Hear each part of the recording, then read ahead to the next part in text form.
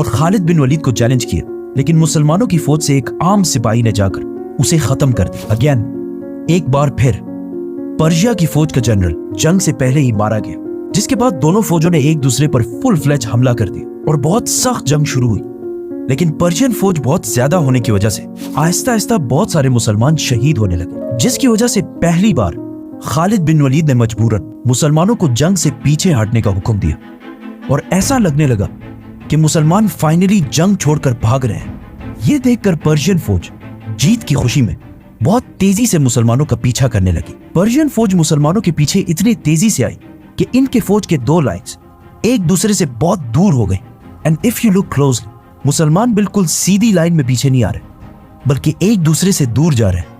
आखिर पर्शियन फौज मुसलमानों का पीछा करते करते एक दूसरे से इतने दूर हो गए कि उनकी आर्मी एक नहीं बल्कि कई छोटे छोटे ग्रुप्स में बंट गई और उनकी फौज के दरमियान दो बड़े गैप्स बन गए।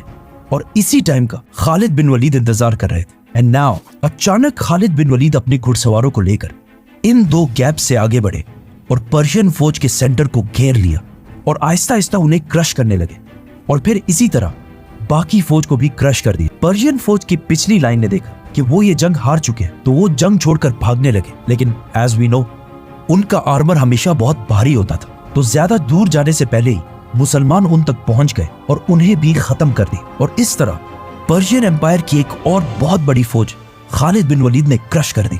ये जंग कुवैत से बाहर इराक के अंदर हुई।